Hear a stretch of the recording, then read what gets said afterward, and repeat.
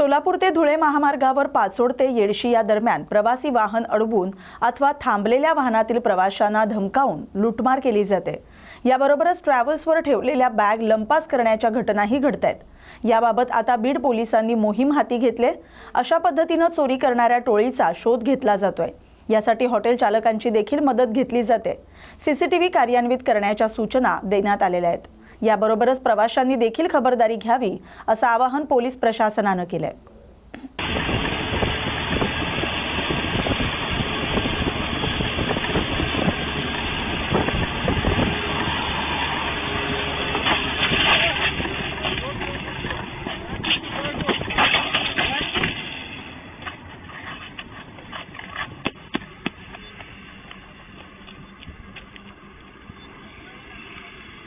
चोरीच्या रूपाने घटना घडतायत। काय सगळा हा प्रकार आहे, काय मोडस ऑपरेटिव्ह आहे या सगळ्यांमध्ये? मागील काही दिवसापासून बीड जिल्ह्यामध्ये गेवराई तसेच पोलीस स्टेशन बीड ग्रामीण आणि धाराशिव या ठिकाणी काही रस्त्यावरती चोरीच्या घटना घडलेल्या आहेत। यामध्ये हे जे चोरटे जे आहेत हे पाळत ठेवत आहेत। ज्या भाविकांच्या ट्रॅव्हल्सच्या गाड्या ज्या जातात त्या गाड्यांवरती ते त्यांचे लगेज वगैरे ठेवलेले असतात। तर हे चोरटे काय करतात, ज्या ठिकाणी हे जे भाविक थांबलेले असतील किंवा प्रवासी थांबलेले असतील तिथून ते काय करतात, लक्ष त्यांच्यावरती ठेवून असतात। ज्यावेळेस भाविक किंवा प्रवासी गाडीमध्ये बसतात त्यावेळेस ते पाठीमागच्या साईडने एखादा जो चोरटा जो आहे तो गाडीवरती चढतो आणि रस्त्यामध्ये पुढे जाऊन वरच्या ज्या बॅगा आहेत त्या बॅगांचे दोर कापून त्या बॅगा खाली फेकतो आणि त्याच्या पाठीमागे एक दोन मोटरसायकलवाले असतात जे की ते बॅगा उचलतात आणि त्यानुसार त्याच्यामध्ये त्या वस्तू वगैरे ते चोरून नेत आहेत। हे अवेअरनेस म्हणून आम्ही गेल्या मागच्या 15 ते 20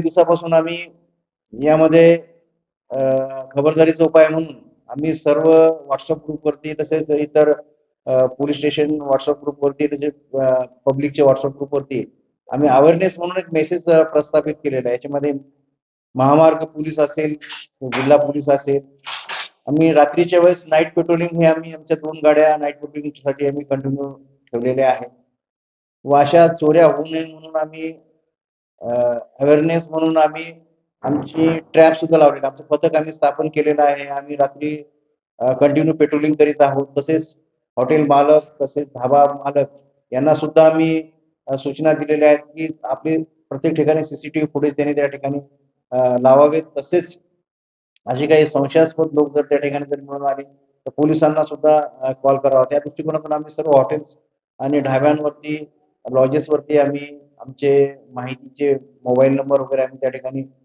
देणार आहोत आणि एक कागदांवरती चिटकवून ते प्रत्येक पॉम्पलेट आम्ही त्या ठिकाणी छापून लोकांमध्ये अवेअरनेस आम्ही निर्माण करत आहोत।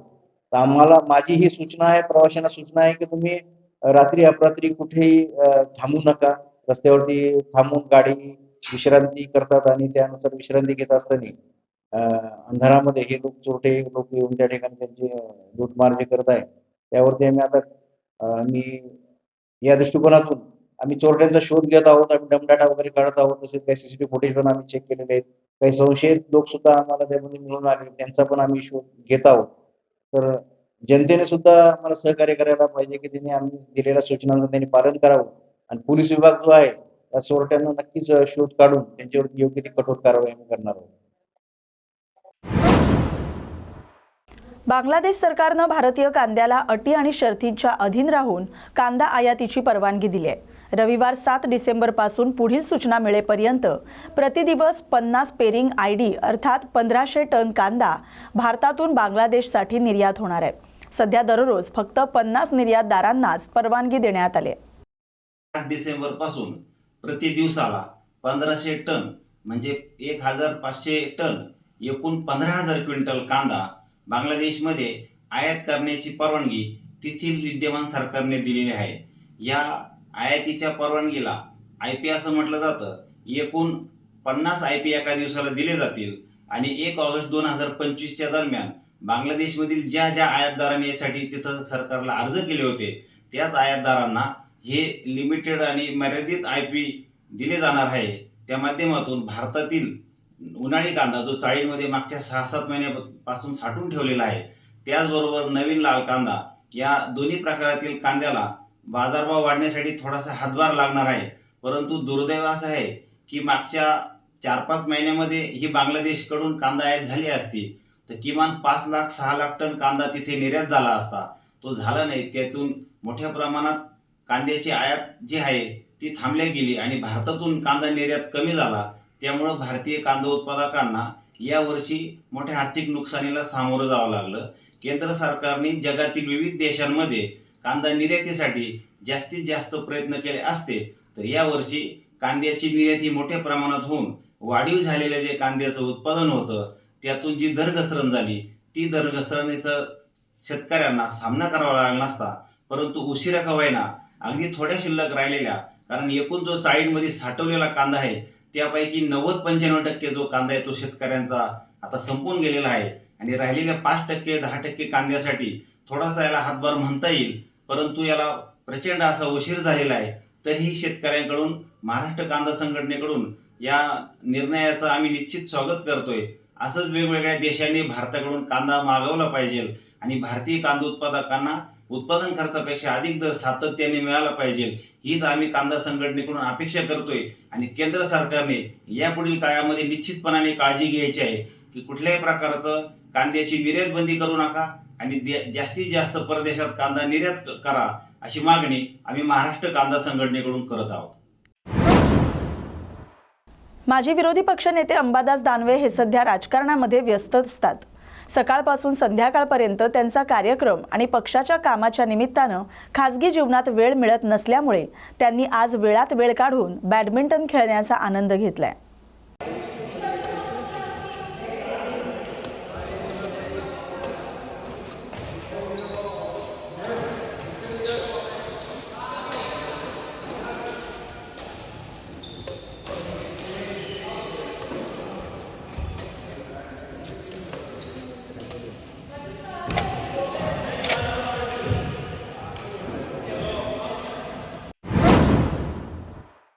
रत्नागिरीच्या शासकीय जलतरण तलावात पोहायला सुरुवात करणाऱ्या वेदा परेश सरफरे हिचा प्रवास अवघ्या 1 वर्ष 9 महिन्यांची असताना इंडियन बुक ऑफ रेकॉर्ड पर्यंत पोहोचलाय. या चिमुरडीनं 100 मीटरचं अंतर 10 मिनिटं 8 सेकंदात पूर्ण करत हिंदुस्थानातील सर्वात लहान जलतरणपटू बनली आहे. वेदाचा मोठा भाऊ शासकीय जलतरण तलावात रोज सराव करतो. तो राज्यस्तरीय स्पर्धेतही सहभागी झालाय. रुद्राला घेऊन त्याची आई पायल सरफरे शासकीय जलतरण तलावावर येत असायची. त्यावेळी तिच्या कमरेवर बसून वेदा हे जलतरण तलावातील पोहणं पाहायची. एक दिवस प्रशिक्षक गौरी मिल्के यांनी वेदाला पाण्यात सोडलं तेव्हा ती रडली नाही तर पाण्यावर हातपाय मारून तिनं पाण्याशी दोस्ती केली. हळूहळू ती पोहायला लागली. इंडियन बुक ऑफ रेकॉर्डमध्ये नाव आल्यानंतर आता वेदा आशिया बुक आणि गिनीज बुकमध्ये नाव नोंदवण्यासाठी सज्ज झाली असल्याचं वेदाची आई पायल सरफरे यांनी सांगितलंय. इंडिया बुक ऑफ रेकॉर्ड या ठिकाणी वेदाच्या नावावर घोषित झालेला आहे. एकंदरीतच अभिमानास्पद ही गोष्ट आहे. कोच म्हणून आपलं काय प्रतिक्रिया? गेली सुमारे 40 वर्षे आम्ही या क्षेत्रामध्ये काम करत असून रत्नागिरीमध्ये जलतरणाला जन्म दिला ते आमचे वडील व आमचे मार्गदर्शक श्री शंकरराव मिल्के यांनी आतापर्यंत रत्नागिरी जिल्ह्यामधील 28 ते 30 हजार लोकांना जलतरणाचे धडे दिलेले आहेत व शिकवलेले आहे. त्यांच्या हातून आम्ही घडलो आणि आम्ही आमचे 4ही भावंड आम्ही राज्यस्तरावर तसंच राष्ट्रीय स्तरापर्यंत जलतरणामध्ये खेळून आम्ही आपल्या जिल्ह्याचं राज्याचं नाव लौकिक करण्याचा प्रयत्न केलेला आहे. व आपल्या ह्याच ज्ञानाचा उपयोग करून सुमारे 2017 रोजी 17ला मी ह्या क्षेत्रामध्ये उतरून माझ्या ज्ञानाचा व माझ्या परिश्रमाचा उपयोग करून रत्नागिरी जिल्ह्यातील जलतरणपटू तयार करावे ह्या उद्देशाने ह्या क्षेत्रात आलो व माझं मार्गदर्शन सुरू केलं. मुदतीमध्ये 3-1 वर्षापूर्वी कोरोना काळ संपल्यानंतर माझ्याकडे रत्नागिरी शहरामध्ये राहणारे रुद्र सरफरे हे माझे जलतरणाच्या मार्गदर्शनाला सामील झाले व त्याचा सराव सुरू केला व तो आता सध्या राज्यस्तरापर्यंत खेळत आहे. या मुदतीमध्ये त्यांचे वडील वाहन चालक असल्यामुळे गाडी चालते, स्वतःची गाडी असल्यामुळे ते वारंवार गाड्याची भाडी मारण्यासाठी रेग्युलर घराच्या बाहेर असतात, प्रवासामध्ये असतात आणि या कारणाने त्या रुद्राचा सराव थांबू नये म्हणून त्याची आई स्वतः त्या सराव करता त्या स्विमिंग जलतरण तलावावरती घेऊन यायच्या. मुदतीत त्यांना परत गर्भधारणा झाली आणि त्या परिस्थितीसुद्धा त्यांनी तो वेळ सोडला नाही व त्या स्वतः मुलाला घेऊन सराव करता येत होत्या. आणि त्या काळामध्ये त्या बारकाईने सगळ्या जलतरणाचा अभ्यास करत वृद्धाची प्रॅक्टिस बघत होते, बाकी इतर मुलाची प्रगती बघत होते. आणि ह्या गोष्टीचा बारीक सारीक गोष्टीचा आणि त्यांच्या त्या गर्भामध्ये गर्भ वाढण्याच्या गोष्टीला गर्भसंस्कार झाले. आणि त्याच वेळी त्या मुलीचा जन्म होण्याआधीच तिच्या वडिलांनी आईने सांगितलं, सर आमच्या घरी कोणीही होऊ देत, मुलगा होऊ दे नाही तर मुलगी होऊ दे, आपण तिला 6 महिने असताना पाण्यात टाकायचं. जसं करल आणि तर म्हणजे माझी 2 मुलं आहेत तशी त्यांना सुरू तयार केलं होतं, तर तिला तयार करायचं आहे, तर ते स्वप्न होतं. कालांतराने तिची प्रसूती झाली व त्यांना मुलगी प्राप्त झाली, वेदा झाली. आणि 6 महिन्यापासून त्यांनी सुरुवात केली की आपण तिला सरावाकरता सुरू करूया. तर म्हटलं आपण ती छोटी अजून आहे, थोडं आपण वाट बघूया. परंतु एक साधारण 9-10 महिने असतानाच एक गंमत म्हणून तिला मॅडमनी पाण्यामध्ये तिला घेतलं आणि ती पाण्यात खेळायला लागली. म्हणजे इतर मुलं ह्या वयामध्ये पाणी अंगाला लागलं तर रडतात किंवा त्याला विरुद्ध रिॲक्ट करतात, पण ती तसं न करता तिला जे झालेले गर्भसंस्कार होते त्याप्रमाणे ती पाण्यात उतरल्या, ती पाण्याची खेळायला लागली, हौशेरी खेळायला बघायला लागली, हातपाय मारायला लागले. आम्ही सुद्धा बघून ती गोष्ट आश्चर्यचकित झालो आणि त्यावेळी आम्ही पालकांनी चर्चा करून ठरवलं की ह्या मुलीला आपण डेव्हलप करायची. आता सध्या तुमच्या पुढच्या रेकॉर्डसाठी तुमची दौडदौड चालू असणार, याबद्दल काय सांगाल? आता तिचं नाव इंडियन बुक ऑफ रेकॉर्डमध्ये लिहिलं गेलेलं आहे. आणि आजच आपल्याला एशियन रेकॉर्ड बुकमध्ये नाव सामील केल्याचं आजच मेल आलेलं आहे. आणि आता आपण गिनीज वर्ल्ड ऑफ रेकॉर्डसाठी आपण अप्लिकेशन करत आहोत. लहानपणापासूनच वयाच्या 9व्या महिन्यातच तिला या ठिकाणी पोहण्याचा या ठिकाणी उत्साह तिच्यामध्ये निर्माण झाला.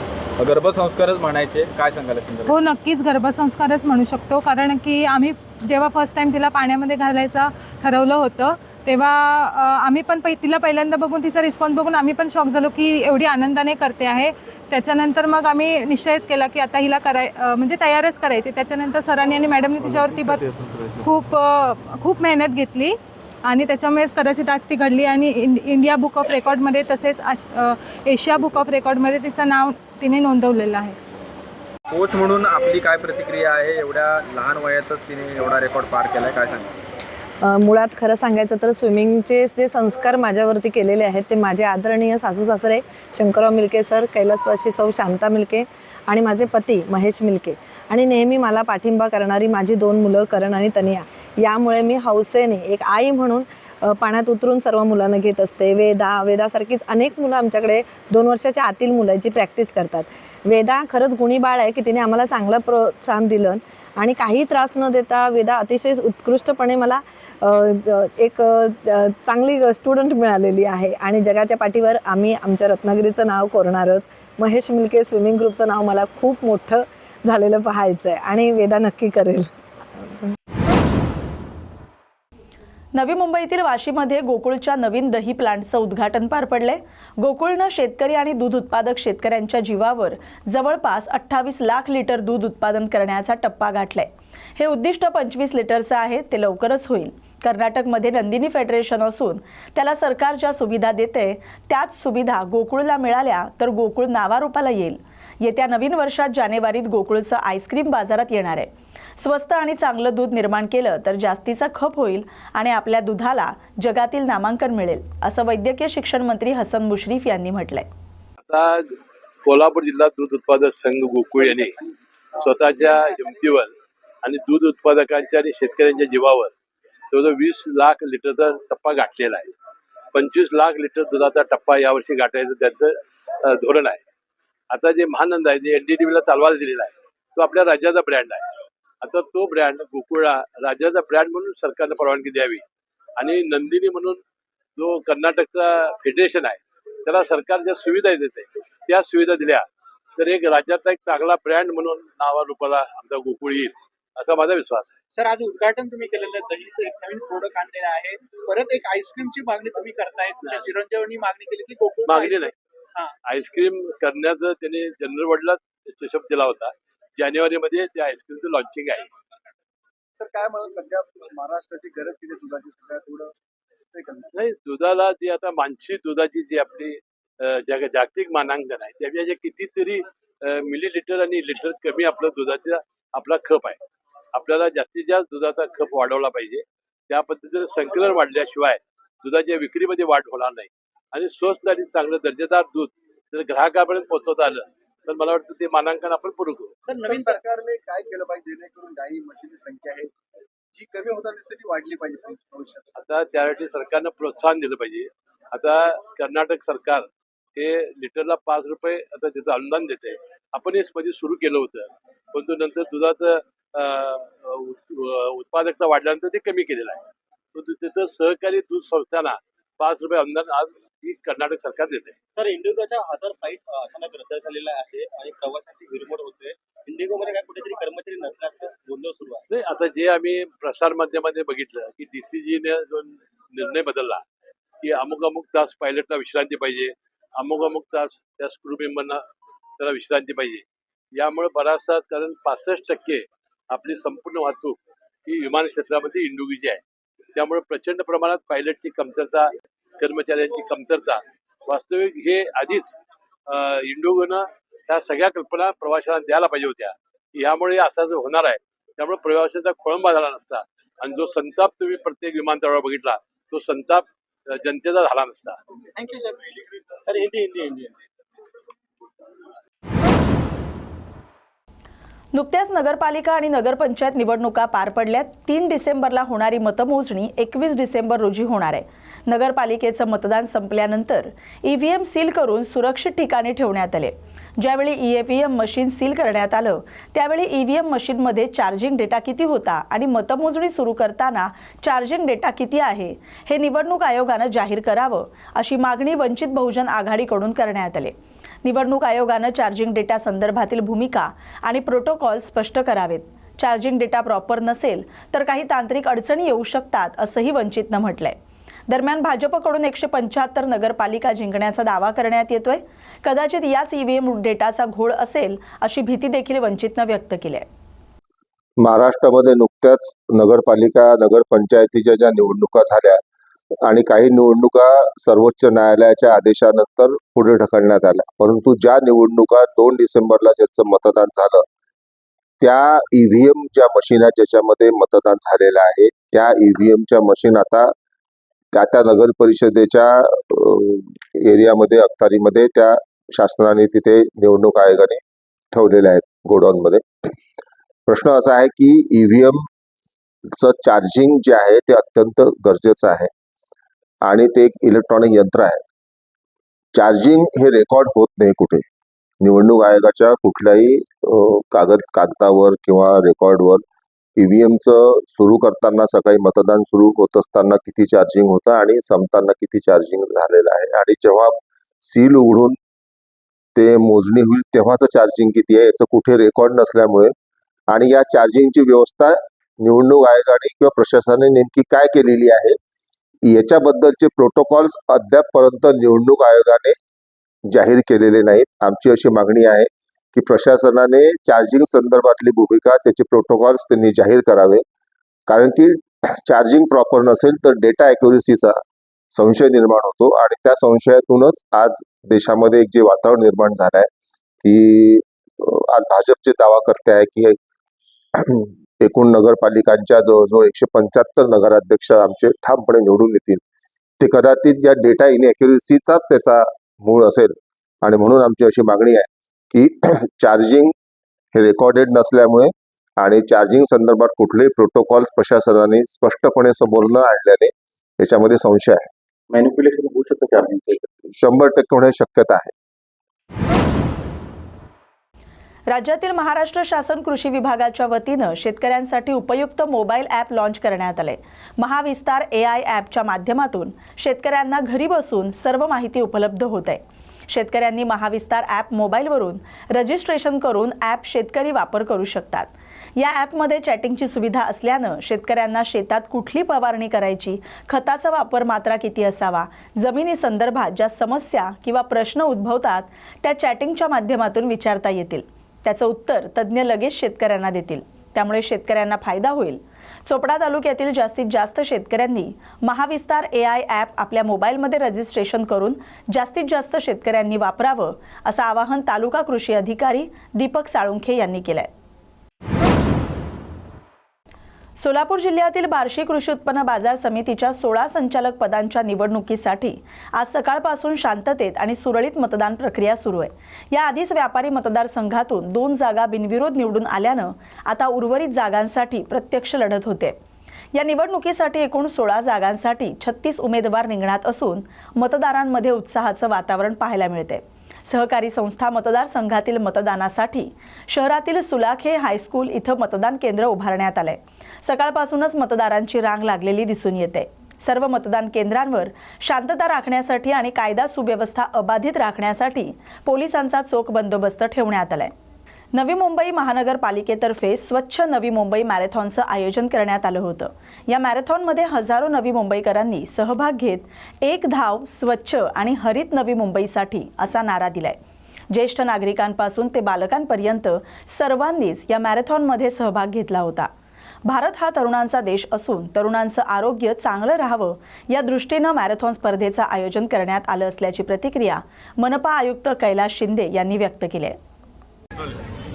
काय सांगणार आज मॅरेथॉन झालेलं किती महत्त्वाचं आहे, कारण की नवी मुंबई तालुका पण याच्यामध्ये सहभाग झाला। निश्चित अभिमानाची बाब आहे की आपण जर बघितलं असेल की नवी मुंबईतले सगळं नागरिक सर्वात मोठ्या प्रमाणात आज इथे या रनमध्ये सहभागी झाले। हिंद की चादर आपण गुरु तेग बहादूर सिंग यांची 350वी जयंती शीख समुदायामधली मोठी आपल्याबरोबर त्याच्याबरोबर होते। त्यांच्याबरोबरचा 5 किलोमीटरचा रन आपण त्याच्याबरोबर 10,000 लोकांनी त्याच्यामध्ये भाग घेतला। 10 किलोमीटरचा रन होता, 21 किलोमीटरचा रन होता, 32 किलोमीटरचा रन होता। आणि एकूणच आपण बघितलं असेल की आपल्याला हे जे काही एक्झरसाईज आहे, व्यायाम आहे, शारीरिक व्यायाम आहे, सकाळी बाहेर पडल्यानंतर जे काही लाईफस्टाईल डिसिजेस आपल्याला आता मोठ्या प्रमाणात येतात ते कमी करण्यासाठी निश्चित फायदा होईल। आणि एक आपल्याला हेल्दी पॉप्युलेशन आपण सगळ्यात म्हणतो की आपला तरुण देश आहे। हा तरुण देश जर आपल्याला हेल्दी पण राहिला तर मला वाटतं की निश्चितपणे आपल्या देशासाठी खूप मोठी ही बाब राहणार आहे। आणि नवी मुंबई महानगरपालिका हे सगळं प्रत्येकाचं आरोग्य, चांगलं फिटनेस प्रमोट करण्यासाठी नेहमीच प्रयत्न करत आहे। धन्यवाद, थँक्यू। या बातमीसोबतच ताज्या घडामोडींमध्ये आता इथेच थांबतोय। अशाच महत्त्वाच्या आणि ताज्या घडामोडींसाठी पाहत राहा न्यूज मराठी 24/7। नवा भारत, नवा विचार।